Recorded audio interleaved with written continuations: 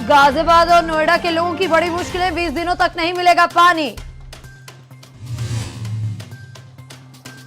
चौकीदार चोर के बाद राजनीति में सर्वेंट की एंट्री, पूरी तरीके से अखिलेश यादव के तंज पर ब्रजेश पाठक का पलटवार। राज्यकर्मियों के प्रमोशन पर नीतीश का बड़ा फैसला, 8 एजेंडों पर लगी मोहर। सीएम योगी ने 219 प्रधानाचार्यों को दिया नियुक्ति पत्र, यूपी में 6 साल में दी गई लाखों नौकरियां।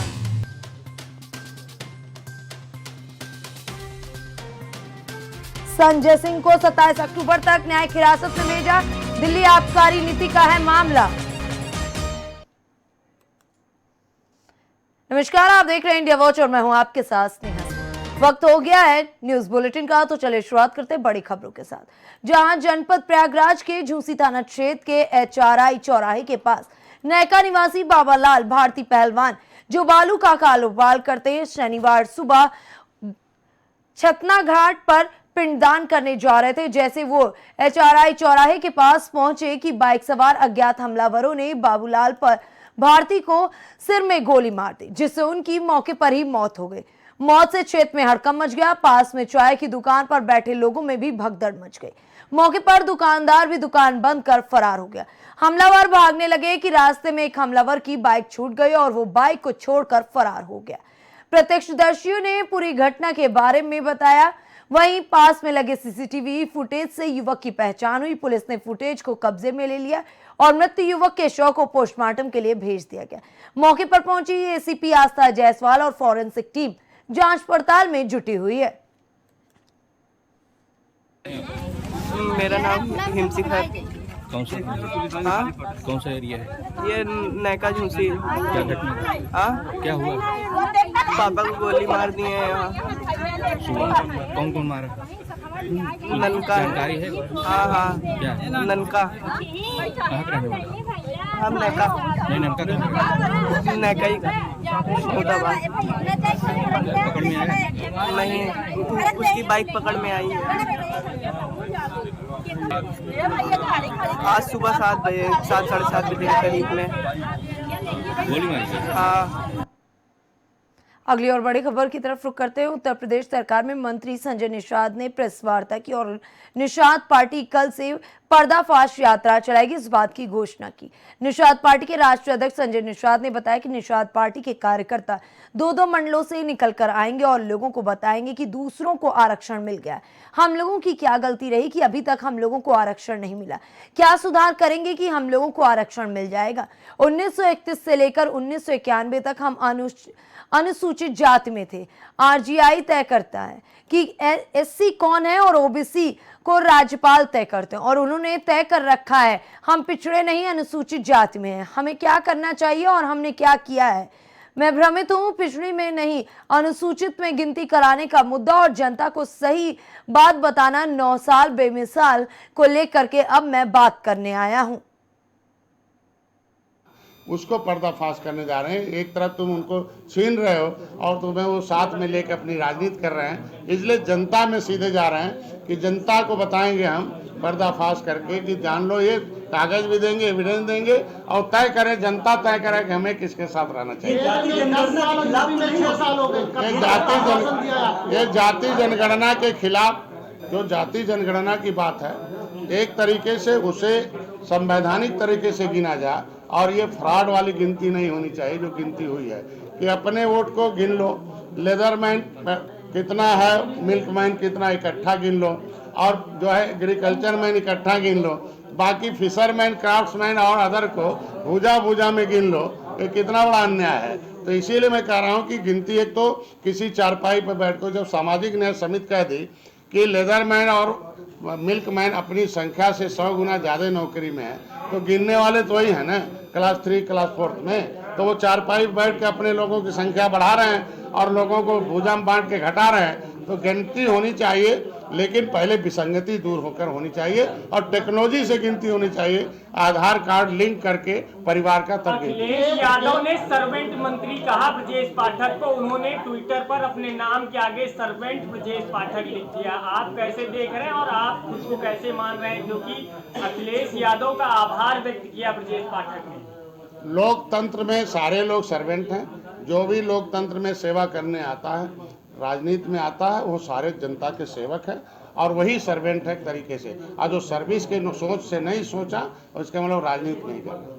मंत्री जी, आज एक तरफ आप अखिलेश को, आरएलडी को, सबको आप बोल रहे हैं तो हमारा विरोध कर रहे हैं, दूसरी तरफ भारतीय जनता पार्टी के जो नीचे स्तर के पदाधिकारी हैं, सभा, विधान परिषद, विधानसभा प्रधान से जो प्रमुख है, जिला पंचायत सदस्य, जिला पंचायत अध्यक्ष तक है, ये सुरक्षित नौकरी है, जमीन है, मान सम्मान स्वाभिमान सब सुरक्षित था। अगर मेरे पुरखों ने देश को आज़ाद कराया, संविधान बनवाया, संविधान के मुताबिक सुरक्षित थे, ये धोखेबाजों ने धोखे से हमारे नाम को पिछड़ी में डालना, ये गैर संवैधानिक है। बिना संविधान में संशोधन के, जब संविधान कहता है कि मझवार, तुरैहा अनुसूचित हैं, सेंसस मैनुअल 1961 जो नोटिफिकेशन करते हैं राष्ट्रपति की मझवार तुरैया अनुसूचित हैं, गिनती भी कराए। आज के दिन में RGI registrar general of census of India ने भी 18/1/2022 को लिख कर दे दिया कि केवट मल्लाह अनुसूचित हैं, गिनती हुई थी इनकी। और हमारे नहीं, मुख्यमंत्री के निर्देश पर, मतलब जब मैं मुख्यमंत्री जी को ज्ञापन दिया था 2016-21 में, तो उन्होंने दी। तो अगर हम उनके अनुसार अनुसूचित में हैं तो मेरी गिनती पिछड़ी में कराना, ये जो नेता कहते हैं कि गिनती हो जाए, पिछड़ी में गिनती हो जाए, हमारे नेताओं को बुलाया जा रहा। भाई, जब मझवार को परिभाषित कराने के लिए जब 2014 में माननीय विशंबर जी ने सदन में आवाज़ उठाई कि हुआ मझवार तय हो जाए कि लेदरमैन वाशरमैन हो रहा तो फिशरमैन भी मझवार है, हमारे अनुसूचित का केवट मल्लाह कर दिया जाए। सपा के साथ तमाम आरएलडी आरजेडी के सांसद, कांग्रेस के सांसद वॉकआउट कर दिए। तो मेरे कहने का मतलब आज के दिन में कि निषाद पिछड़ी में गिन दिए जाएं। हमारा निर्णायक दौर पर मैं धन्यवाद दूंगा योगी जी को, पहली बार है 70 साल में हमें, हमारी लड़ाई तो योगी जी पहले लड़ते रहे, सदन में आवाज़ उठाते रहे, आज मुख्यमंत्री हैं और उन्होंने अपने मुख्यमंत्री काल में लिखा भी आरजीआई को, ये बताया जाए कि केवट मल्लाह क्या है, दिशा निर्देश जारी किया जाए। दिशा निर्देश में उसने कहा कि भाई हमारे यहाँ तो अनुसूचित में हैं, लेकिन सामाजिक न्याय मंत्रालय का मामला, सामाजिक न्याय मंत्री ने भी एक्सेप्ट कर लिया मामला, माननीय अमित शाह और माननीय प्रधानमंत्री तक है। इतना बड़ा देश को आज़ाद कराने वाले 18% आबादी मछुआ समुदाय, जो 2019 में माननीय योगी मोदी जी को गद्दी बैठाई, 2022 में पुनः सरकार बनवाई, 2023 में, 2024 है। उससे पहले दो बहुत महत्वपूर्ण घटना आपके बीच में आज रखना चाहता हूं कि एक तो समाजवादी पार्टी कहती नहीं कि हम पिछड़े में इनकी गिनती कराया जा, अति पिछड़े में है, शामिल कराया जा साहब। ये 70 साल से शामिल कराने वाला जो नाटक है, 30 सालों से हम शामिल हैं, परिभाषित कराओ ना हमारे। आप जब 31 दिसंबर 2016 को समाजवादी पार्टी जाते जाते राज्यपाल के पास पावर होता है, public service commission, reservation SC/ST OBC। केंद्रीय राज्य मंत्री कौशल किशोर द्वारा नशा मुक्ति अभियान चलाया जा रहा है, जिसे लेकर उन्होंने राजधानी लखनऊ में कहा कि हम युवाओं से अपील करते हैं कि वो नशे से दूर रहें और किसी भी तरह के नशे का सेवन ना करें। उन्होंने कहा कि विगत कुछ वर्ष पहले मेरे पुत्र का नशे के सेवन की वजह से ही मृत्यु हो गई थी। उसी की पुण्यतिथि पर 19 तारीख को एक मैराथन का भी आयोजन किया गया। वहीं 2024 में होने वाले लोकसभा चुनाव को लेकर कहा कि भारतीय जनता पार्टी फिर से वापसी कर रही है और एक बार फिर पूर्ण बहुमत की सरकार बना रही है। हमारे साथ मौजूद हैं केंद्रीय मंत्री कौशल किशोर सर, जो नशा मुक्त अभियान अभी आप चला रहे हैं लगातार और एक मैराथन भी है, उसके बारे में क्या कहेंगे? देखिए, 15 अगस्त 2020 को आदरणीय प्रधानमंत्री नरेंद्र मोदी जी ने लाल किले की प्राचीर से बोला था कि जिस तरीके से हमारे देश का युवा नशे की तरफ बढ़ रहा है तो उसकी बर्बादी के ये बड़े खराब लक्षण हैं। इसलिए नशा मुक्त भारत अभियान शुरू किया उन्होंने, नई पीढ़ी के लोगों को नशे से बचाने के लिए। मेरे बेटे की खुद नशे की वजह से, शराब के नशे की वजह से विगत 19 अक्टूबर 2020 को मौत हो गई थी। अभी आने वाली 19 अक्टूबर को उसकी मृत्यु के 3 साल पूरे होंगे। उसकी पुण्यतिथि के अवसर पर नशा मुक्त भारत अभियान के तहत एक विकसित भारत, आत्मनिर्भर भारत, स्वस्थ भारत, स्वच्छ भारत बनाने के लिए नशा मुक्त हाफ मैराथन दौड़ रखने का काम किया है लखनऊ में, जो दुबग्गा चौराहे से लेकर के भिटौली चौराहे तक उसे चक्कर लगा करके आएगी। जिसमें जो फर्स्ट प्राइज़ है वो 3 लाख रुपए का, सेकंड प्राइज़ 2 लाख रुपए का, थर्ड प्राइज़ 1 लाख रुपए का उसके बाद जो प्रथम 10 आएंगे उनको 21-21 हज़ार, उसके बाद जो सेकंड 10 आएंगे उनको 11-11 हज़ार, उसके बाद जो थर्ड 10 आएंगे उनको 51-5100 रुपये प्रोत्साहन पुरस्कार दिया जाएगा। नशा मुक्त भारत बनाने के लिए सभी को एकजुट होना चाहिए। इस कार्यक्रम में शामिल होने का सबको करना चाहिए और जगह जगह नशे के खिलाफ तमाम प्रकार के आंदोलन, पदयात्राएं, बैठकें, संगोष्ठी, कबड्डी या वॉलीबॉल, फुटबॉल जैसी प्रतियोगिताएं आयोजित की जा रही हैं। नशा मुक्त भारत बनाने के लिए नशा मुक्त हाफ मैराथन के समर्थन में 28 विश्वविद्यालय के लोग भी नशा मुक्त हाफ मैराथन दौड़ 15 अक्टूबर तक के कर रहे हैं, जिससे लोग बड़े पैमाने पे इससे जुड़ रहे हैं। हमें 31 दिसंबर 2023 तक 23 करोड़ लोगों को जो नई पीढ़ी के हैं उन्हें नशा न करने का संकल्प करा लेना है नशा मुक्त भारत बनाने के लिए। सर 2024 का चुनाव में क्या किया? 2024 का चुनाव भारतीय जनता पार्टी मोदी जी के नेतृत्व में 350 से ज़्यादा सीटें जीत के आएगी और बीजेपी के नेतृत्व में एनडीए कम से कम 400 सीटें जीत करके आएगा। प्रचंड बहुमत की सरकार मोदी जी की बनेगी 2024 के लोकसभा के चुनाव। तो ये थे केंद्रीय मंत्री कौशल किशोर जी। इंडिया आवाज, लखनऊ, उत्तर प्रदेश।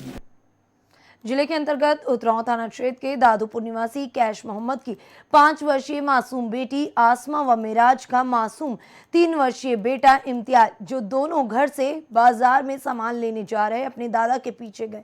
दोनों मासूम बच्चे भटक कर मोतिहा गांव में पहुंच गए। दोनों मोतिहा के पास पहुंचकर रोने लगे। मासूम बच्चों को रोता देख मोतिहा गांव निवासी अजय बहादुर ने पहुंचकर दोनों से घर का पता पूछा, लेकिन मासूम बच्चों को अपने घर का पता नहीं पता था और पिता का नाम बताने में भी वो असमर्थ रहे। अजय बहादुर फौरन पूर्व प्रधान बब्बू यादव को सूचना देने पहुंच गए। वहीं सूचना पर मौके पर पहुंची पुलिस, सूचना पर हल्का इंचार्ज रितेश चंद उपाध्याय व सिपाही मुकेश कुमार बच्चों से पूछताछ करने लगे, लेकिन 3 वर्षीय बच्चा व 5 वर्षीय बच्चे अपने परिजनों के बारे में कुछ भी नहीं बता पा रहे, जिसके बाद उन्होंने तत्काल बच्चों को अपनी गाड़ी में बैठाया और उनके परिजनों को खोजने की शुरुआत शुरू कर दी। पुलिस ने दोनों बच्चों का सोशल मीडिया पर तस्वीर भी प्रसारित कर दिया, परिजनों से मिलने का आह्वान भी किया। काफी खोजबीन के बाद उतराव पुलिस को सफलता हाथ लगी। उन्होंने सकुशल बच्चे को परिजनों को सौंप दिया। बच्चों के मिलते ही परिजनों ने पुलिस के कार्य को जमकर सराहा और खुशी के आंसू भी परिजनों के टपक पड़े। हरदोई में मोमोज खाकर 5 स्कूली बच्चों की हालत बिगड़ने का मामला सामने आया। स्कूल में लंच के समय बच्चों ने मोमोज खाया था। पूरा मामला शकुंतला देवी इंटर कॉलेज सवैजपुर के बच्चों का है, जहां बच्चों ने स्कूल के बाहर लगे ठेले पर मोमोज खाया था। हालत बिगड़ने पर सभी बच्चों को अस्पताल में भर्ती कराया गया। वहीं बता दें कि घटना की जानकारी मिलते ही एसडीएम डॉक्टर अरुणिमा श्रीवास्तव पहुंची अस्पताल। डॉक्टर ने बताया कि इलाज के बाद अब सभी बच्चे खतरे से बाहर हैं।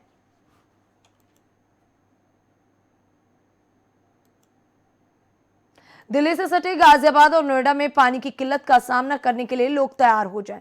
गंगा नहर की सफाई के लिए अभियान चलाया जाना है। सफाई अभियान शुरू होने के बाद गंगा नहर को बंद कर दिया जाएगा।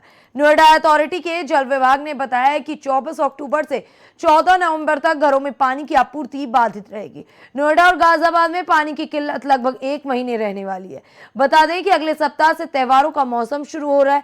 नवरात्रि के बाद दीपावली, भैया दूज और छठ पूजा है। त्योहारों के मौसम में पानी की किल्लत से आम जनता रूबरू होने वाली है। गाजियाबाद के सिद्धार्थ बिहार में 245 MLD की क्षमता का वाटर सप्लाई प्लांट है। अधिकारियों के अनुसार सिद्धार्थ बिहार प्लांट से 80%, नोएडा 15% GDA और 5% आवास विकास क्षेत्र में पानी पहुंचाया जाता है। नोएडा में 400 MLD पानी की खपत रोजाना होती है।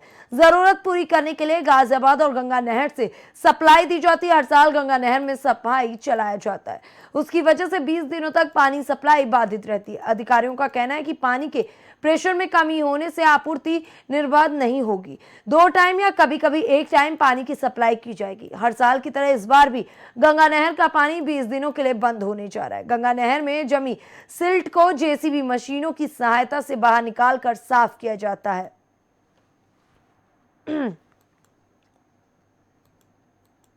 कारतूस कांड में कोर्ट ने सजा का ऐलान कर दिया। 20 पुलिस वालों समेत 24 लोगों को सजा मिली। कोर्ट ने दोषियों को 10-10 साल की सजा सुनाई। पुलिस, पीएससी, सीआरपीएफ के जवानों को सजा सुनाई गई। 2010 में एसटीएफ की जांच में आरोपी बनाए गए थे ये आरोपी। तभी 13 साल बाद कोर्ट ने 10-10 साल की सजा अब सुना दी है। कोर्ट ने दोषियों पर 10-10 हजार का जुर्माना भी लगा दिया है। 2 सीआरपीएफ हवलदारों को कोर्ट ने 7-7 साल की सजा दी है। बता दें कि आर्म्स एक्ट में दोनों को 7-7 साल की सजा सुनाई गई है। दंतेवाड़ा निवासी नक्सली हमले में नक्सलियों को कारतूस दी गई थी। सरकारी कारतूस नक्सलियों को सप्लाई किया गया था। कारतूस कांड 29 अप्रैल साल 2010 के दिन यूपी एसटीएफ एक आरोपी को अरेस्ट करती। एसटीएफ के एसआई प्रमोद कुमार मामले की जांच में जुट गए। इस दौरान एक डायरी सामने आई। इस डायरी को लेकर कहा जा रहा है कि लोगों के नाम और मोबाइल नंबर लिखे हुए थे। इस डायरी के आधार पर एसटीएफ 25 लोगों को और गिरफ्तार की। हैरानी की बात यह हुई कि ये सभी पुलिसकर्मी होते हैं। इनमें से कुछ सीआरपीएफ और कुछ पीएससी में भी तैनात थे। एसटीएफ ने मामले का खुलासा करते हुए कहा कि ये सभी पुलिस और सुरक्षा बलों के जवान नक्सलियों और आतंकवादियों को कारतूस की सप्लाई किया करते थे। उत्तर प्रदेश की राजधानी लखनऊ के मोहनलालगंज में लेखपाल और वकीलों के मारपीट का मामला सामने आया, जिस संबंध में मोहनलालगंज में वकीलों ने प्रदर्शन शुरू किया और कोतवाली में धरने पर बैठ गए। पुलिस पर एक पक्षीय कार्रवाई करने का आरोप लगाया गया। पुलिस ने लेखपाल की तरफ से केस दर्ज किया, लेकिन अभी तक वकीलों की तहरीर पर कोई एफआईआर नहीं दर्ज की गई। बता दें कि मोहनलालगंज में वकीलों और लेखपालों के बीच मारपीट के संबंध में लेखपाल कार्य से विरत रहने की बात और हड़ताल का ऐलान शुक्रवार के लिए करते हुए नजर आए। लखनऊ की सभी तहसीलों में लेखपाल हड़ताल पर रहे। लेखपालों के द्वारा थाने में तहरीर दी गई। लेखपाल की तहरीर पर पुलिस ने वकीलों पर केस लिखा। मामले में लेखपाल दीपक और महिला लेखपाल से मारपीट का आरोप लगाया। दूसरी तरफ वकीलों ने लेखपाल के खिलाफ थाने में तहरीर दी है, जहां भारी संख्या में पुलिस फोर्स तैनात है और पुलिस प्रशासन काफी अलर्ट नजर आ रहा है। लखनऊ अधिवक्ताओं और लेखपालों के बीच में जमकर मारपीट का ये मामला अभी भी लोगों की जुबान पे चर्चा का विषय बना हुआ है। उत्तर प्रदेश के उप मुख्यमंत्री ब्रजेश पाठक ने अपने नाम के आगे सर्वेंट जोड़कर प्रदेश की सियासत तपीश बढ़ा दी है। उन्होंने अपने सोशल मीडिया हैंडल एक्स पहले ट्विटर पर सपा सुप्रीमो अखिलेश यादव के बयान के बाद अपने नाम के आगे सर्वेंट ब्रजेश पाठक जोड़ दिया। दरअसल ये पूरा मामला लोकनायक जयप्रकाश नारायण की जयंती यानी कि बीते 11 अक्टूबर से जुड़ा हुआ है, जब अखिलेश यादव ने राजधानी लखनऊ में Jayaprakash Narayan international centre JPNIC में बने जेपी नारायण की प्रतिमा पर माल्यार्पण करने के लिए गेट कूदकर अंदर घुसने का कार्य किया। समाजवादी पार्टी के राष्ट्रीय अध्यक्ष अखिलेश यादव के अंदर घुसने के बाद पार्टी के कई नेता इसी तरह से गेट कूदकर अंदर घुसे और लोकनायक की प्रतिमा पर पुष्पांजलि अर्पित की। अखिलेश यादव के ऐसा करने पर डिप्टी सीएम ब्रजेश पाठक ने उन पर तंज कसते हुए जमकर निशाना साधा था। इस दौरान उन्होंने कहा कि समाजवादी पार्टी के लोगों को अराजकता और गुंडाई पसंद है। ये बात सपा मुखिया अखिलेश यादव के आचरण पर सिद्ध हो गई। ब्रजेश पाठक ने इस मामले में आगे कहा कि अखिलेश यादव को कूदने में अच्छे हैं, उन्हें जाकर एशियन गेम्स में हिस्सा लेकर देश के लिए मेडल लाना चाहिए। डिप्टी सीएम ब्रजेश पाठक के इस बयान पर पलटवार करते हुए सपा सुप्रीमो ने काफी आक्रामक होकर जवाब दिया। अखिलेश यादव ने कहा कि मैं सर्वेंट डिप्टी चीफ मिनिस्टर की बातों के जवाब नहीं देता। यहां अगर कोई जिम्मेदार है तो वो सिर्फ मुख्यमंत्री। अखिलेश यादव के इस बयान से उत्तर प्रदेश की सियासत में उबाल आ गया। इसके जवाब में ब्रजेश पाठक ने सोशल मीडिया पर अपने नाम के आगे सर्वेंट ब्रजेश पाठक जोड़ दिया। लोकसभा चुनाव से पहले उनके इस बयान के कई सियासी मायने भी निकाले जा रहे हैं।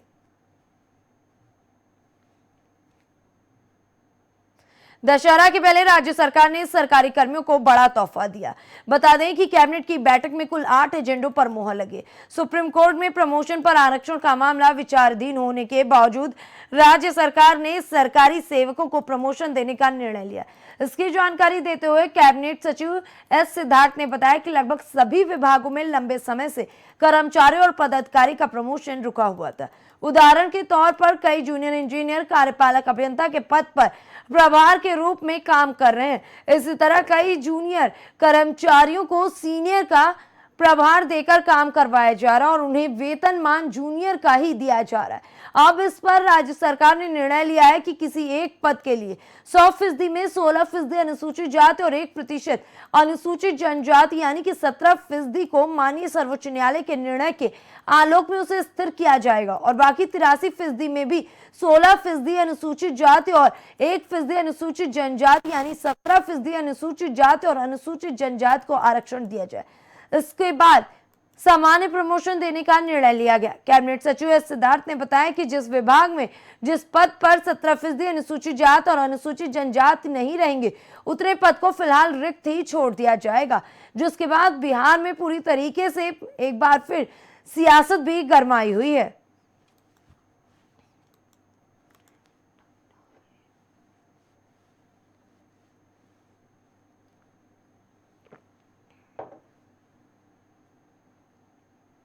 उत्तर प्रदेश की राजधानी लखनऊ में 219 प्रधानाचार्यों को नियुक्ति पत्र वितरण कार्यक्रम हुआ। इस खास कार्यक्रम में मुख्यमंत्री योगी आदित्यनाथ शामिल हुए। मुख्यमंत्री योगी आदित्यनाथ ने नियुक्ति पत्र दिया। बता दें कि लोक भवन सभागार में नियुक्ति पत्र वितरण कार्यक्रम हुआ। मंत्री गुलाब देवी भी कार्यक्रम में मौजूद रही। सीएम योगी आदित्यनाथ का मिशन रोजगार काफी ज्यादा तेजी के साथ बढ़ रहा है। कार्यक्रम को संबोधित करते हुए सीएम योगी ने सभी अभ्यर्थियों को बहुत बधाई दी। सीएम योगी ने कहा कि यूपी लोक सेवा आयोग पारदर्शी काम कर रहा है, निष्पक्ष एवं पारदर्शी तरीके से भर्ती हो रही है। पहले कई जिले नकल के अड्डे बने थे, आज किसी भी परीक्षा में नकल नहीं हो रही है। अब पारदर्शी तरीके से भर्ती की जा रही है। 6 साल के अंदर 6 लाख नौकरियां दी गई। उन्होंने आगे कहा कि हमारी सरकार ने नकल पर अंकुश लगाया है। उत्तर प्रदेश को शिक्षा का हब बनाना है। आज तय समय में परीक्षाएं कराई जा रही हैं।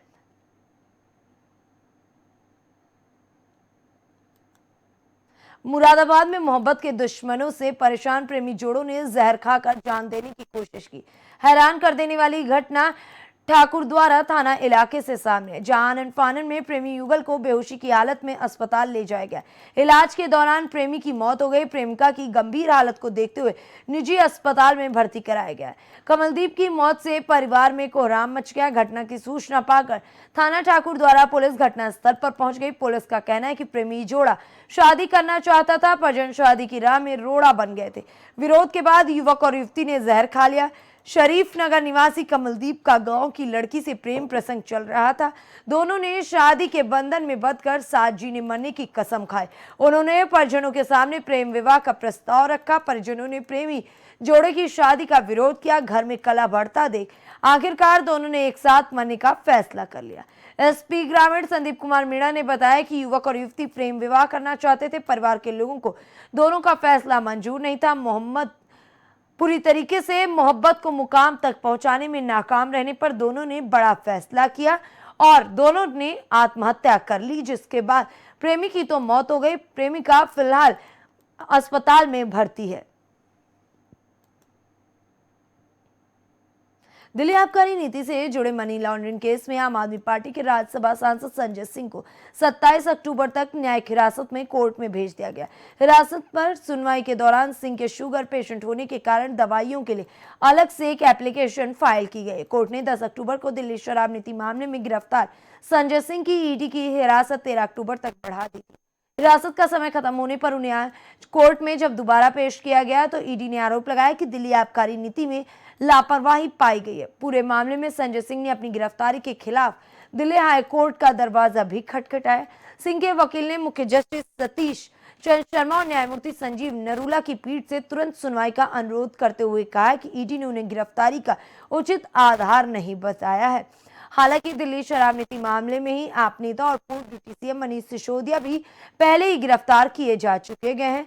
बता दें कि दिल्ली सरकार ने 17 नवंबर 2021 को आबकारी नीति लागू की थी, लेकिन गड़बड़ी के आरोपों के बीच सितंबर 2022 के अंत में इसे वापस लिया गया था, जिसके बाद लगातार आम आदमी पार्टी के नेताओं के ऊपर गाज गिरी पड़ी है। फिलहाल इस न्यूज बुलेटिन में बस इतना ही। देश दुनिया की ऐसी तमाम बड़ी और अहम खबरों को देखने के लिए बने रहें इंडिया वॉच के साथ।